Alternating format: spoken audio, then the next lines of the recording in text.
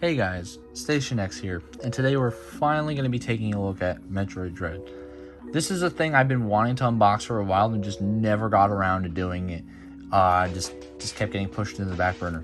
But finally, I'm going to be taking a look at this today. I happen to have been able to purchase this, I want to say a few weeks ago, and just never got around to recording it. But, I mean, this is the collector's edition, and this is just a really nice, massive thing. It comes with an art book, a steel book, and I think a few other things. But, I just really like the way this looks already. I mean, you got this nice raised texture of Samus and, just Metroid. You have this metallic Dread here. And you got the little robot guy on the back right here, just standing there all menacingly. But, I have a friend who loves Metroid. They're gonna probably hate that I did not know the name of this guy, but I always find Metroid to be one of those games like Zelda where I very much enjoy the games, but I never get around to beating them. It's just very sad. I've not yet beaten a Metroid game, so I'm hoping like how with Breath of the Wild, Legend of Zelda Breath of the Wild, like that was my first Zelda game I beat. I'm hoping that this will be the first Metroid I beat. I'm going to give that odd and be like a 50-50 chance it's going to happen, because it just always what's up happening is I get through a bit of it and I just suck at it really bad. I will admit I'm not the best at these kinds of games, and I just end up doing something else.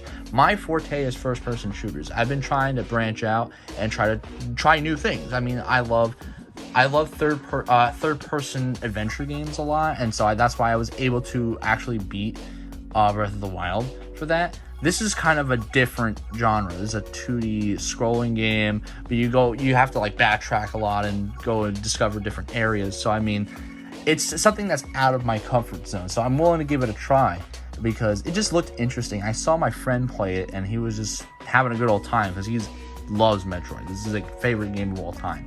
So he made me interested, got me hyped up for it. And it seems like also, when it comes to, I feel like, general perception, I feel like Metroid gets like the middle child kind of syndrome going on, because Nintendo seems to forget they have this. You always see Mario and Zelda all the time, and then Pokemon in a little bit. But Metroid doesn't get covered as much. On the flip side, it does get more attention than stuff like F-Zero or Star Fox. But we haven't really gotten like a main Metroid game, like no spin-offs or nothing since like the Wii, if you want to count either Other M or Metroid Prime 3. But if you want to even just go to 2D games specifically, it's been a bit. It's been a bit. I forgot whether or not it was the Game Boy Advance. I think that was the Game Boy Advance was the last time we got something for 2D Metroids. You correct me in the comments on what specific titles or what, because I can't remember them off the top of my head.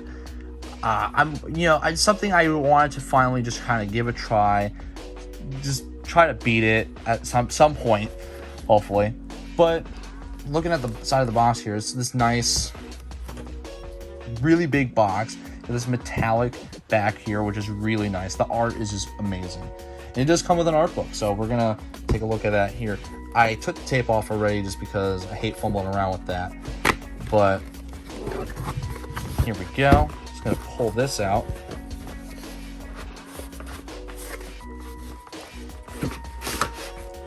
There we go. That looks really nice. I wonder what the hell is that? I don't know what that is. This is the art book, or just, oh wait, no, is this the art book? I don't know. I don't know what's the art book and what's not. Looks like I'm gonna need some scissors or something, so I will be right back. Now that I'm back, I do want to say, just in case, please be responsible with sharp objects in your hand, unlike me. But we're going to just try and get this open without hurting ourselves here. And I mean, just look at that. That looks really nice. I don't know why it looks like it's dirty. This has literally just been opened. So I don't know what the hell is going on there. I don't know if it's just like that. But I mean, I like this shininess to it. Like, it looks all silvery and stuff right here. Got this glossy stuff right here, corners, and I mean, let's like look at that. Yeah, this is the art book. This is definitely the art book. I'm skipping some pages real quick. Oh, you got the art from the past Metroids. I'm assuming that's the first one. Metroid 2. I'm trying to look at all the pages quickly. Ooh, come on. Wow, that was pretty cool. Super Metroid. See, like, I'm someone who likes to draw, so I mean, I really appreciate art books. Something that I like to do is like look through art books and try to see if I can draw that, or try to see if I can redo it. I mean, I can never do it as good as these guys, but I mean, I try to at least copy it as much as I can to see if I can draw something like that. But yeah, these are some far out creatures, man. Like, oh, really weird. But hey, like, you know, it's cool. I love art books. I like the idea of it. It gives you like a little bit of behind the scenes of what went into creating some characters. You get to see a little bit of like what they look like before. I mean, here's a perfect one right here. All the different stages of like what they went through to get from, like, I guess I'm assuming either point A to point B. I don't know. But like, yeah, it's kind of interesting what characters look like before they get finalized, you know? It's like, it's just this kind of crazy, trippy thing when you see some of them. Like, some of them is not, like, drastic. Like, I feel like this isn't, like, too drastic with some of the, like, from here to here to here, you know? Like, some of these little designs aren't, like, super crazy. But, like, there are some art books where it's, like, the characters from, like, conception to finalize is just the most insane thing on the face of the planet. But yeah, I just wanted to, like, kind of quickly skim through some of the art here. Let's skip a few pages. Like, look at that. That looks cool. Almost like a storyboard. Wow. Let's see some more here. Here's some more of that robot dude in the picture. Oh, wow. I'm just kind of like looking at these things, like, they look really nice. I gotta say, I really like Samus's new, like, color for her armor. I just like the light blue and white. It just kind of, the colors match really well. Of course, you have like her normal colors on top, but most of her suit is orange, or not orange, light blue and white. So I think that those two color combinations go really well with each other, along with her top helmet. That looks cool. I like this side a little bit more, but this is also very spooky. Very, very spooky. Which also, like, I gotta say, Metroid Dread gives a lot of horror vibe. Like, a lot of the Metroid games have a lot of spooky horror elements to them, I feel like, but this one seems like it's gonna crank that up to an 11. So I mean, here's some other stuff right here. That looks cool. Very ambiance. Yeah, that's pretty much it.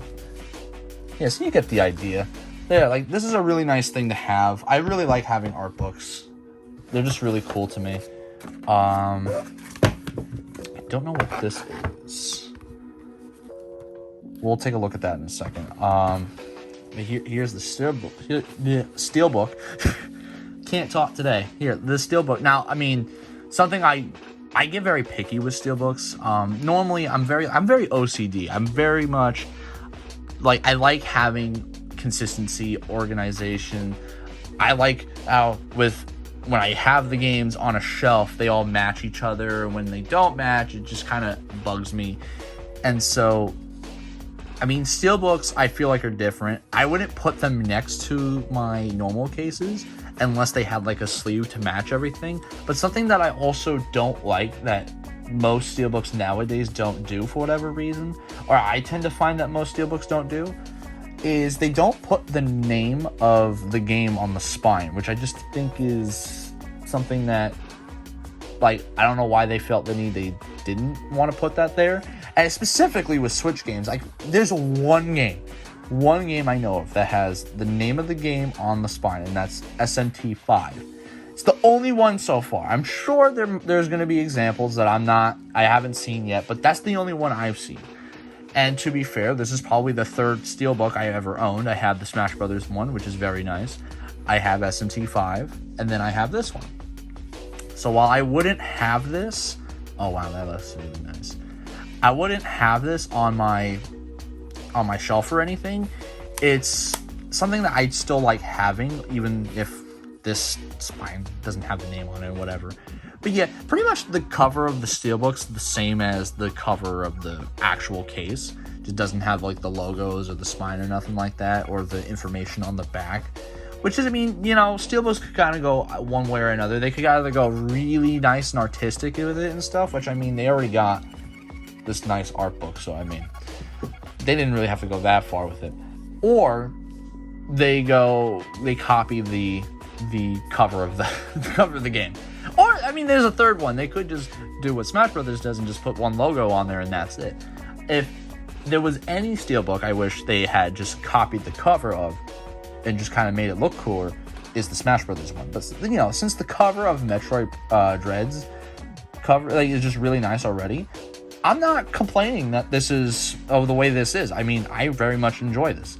So I just really like this nice dark kind of blood red going on with all these like creepy robots just coming over there to ruin your day. And so, and Samus just being badass as always. I mean, this is a really nice game that I'm hopefully gonna beat. But let's take a look at this last thing. I think it might just be codes or something. So here you go. It just pretty much matches the same as the art book. Pull this out. It's actually just different. It just seems like it's just different covers of the past 2D Metroids, which is nice. So you have Metroid 1, right? So this is the NES, and then Metroid 2's Game Boy, Super Metroid SNES, Metroid Fusion Game Boy Advance, and then Metroid Dread Nintendo Switch. How funny is that? How we go from Switch, or Game Boy Advance to Switch. How long ago that is, you know? Game Boy Advance is like 20 years old now. And I don't know exactly when Metroid Fusion came out, but it's a pretty damn long time. Although these look really nice. I would love to frame these and just hang them up on my wall.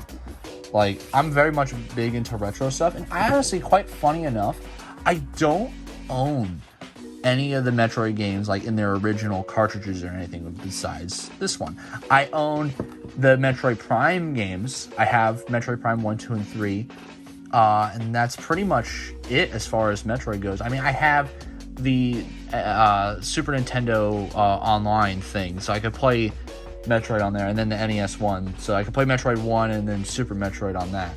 But as far as like their original formats, like on Super Nintendo, Game Boy, stuff like that, I don't have them. I've been wanting to get them, but you know, there's always just something kind of like also kind of intimidating in a sense, because like I said, I'm not the type of person that usually likes playing these kinds of games.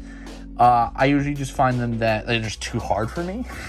But I want to try to push myself to actually play them, beat them, and experience it like how back in the day, you know? I mean, I have a tremendous amount of respect for these kinds of games. I could totally see that these are great games that people love. I was just always afraid of playing them just because I just feel like I would not I would not do good in them. Same reason why I didn't play other types of games. But recently I've been trying to, you know, outgrow that shell of first-person shooters and branch out a bit. You know, try some different stuff. But yeah, these are pretty cool. I really like these, and they come in this nice little sleeve, so it's pretty nice. They have them all nice and neat together. And I just kind of like this tray. Even the tray has some little bit of designs here. It's got the little the robot dudes. So yeah, like that's pretty cool. That'll pretty much be it for now. I mean, yeah, that's pretty much all that it comes with is the steelbook, these little cards, and this wonderful, nice art book in this really nice big box here. So, I mean, honestly, this is just a nice little collector's edition for people who really like Metroid games. So, that'll pretty much be it for today. I've been Station X, and I hope you guys have a wonderful day.